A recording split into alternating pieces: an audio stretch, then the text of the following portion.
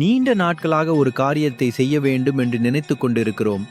ஆனால் அந்த காரியம் நடைபெறாமல் தள்ளி போய்க் கொண்டே இருக்கிறது என்னும் பட்சத்திலும், சொந்த வீடு அமைய வேண்டும், கடன் பிரச்சனையில் இருந்து விடுபட வேண்டும் என்ற வேண்டுதலுக்கும் ஆடி மாதத்தில் வரக்கூடிய செவ்வாய்க்கிழமை என்பது மிகவும் சிறப்பான நாளாக அமைகிறது.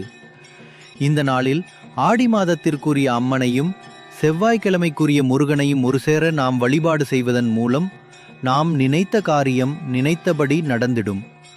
இந்த வழிபாட்டை குறிப்பிட்ட நேரத்தில்தான் செய்ய வேண்டும் என்று இல்லை. காலையில் பிரம்ம முகூர்த்த நேரத்திலிருந்து இரவு 12 மணிக்குள் எப்பொழுது வேண்டுமானாலும் நாம் இந்த வழிபாட்டை மேற்கொள்ளலாம். இந்த வழிபாட்டை செய்வதற்கு முன்பாக அசைவம் சாப்பிட்டிருக்கக்கூடாது. முழு மனதோடு அம்பிகையையும் முருகனையும் நினைத்து கொண்டு செய்யக்கூடிய இந்த வழிபாடு நம்முடைய வாழ்க்கையில் நாம் வேண்டியதை பெறச் செய்யும்.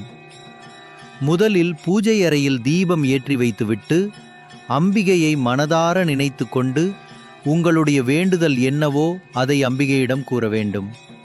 பிறகு அம்பிகையின் இந்த மந்திரத்தை 54 முறை உச்சரிக்க வேண்டும். ஓம் தும் துர்காயை நமக.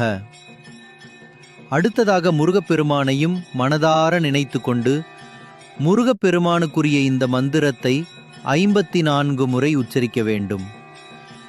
ஓம் சரவண பவாய நமக.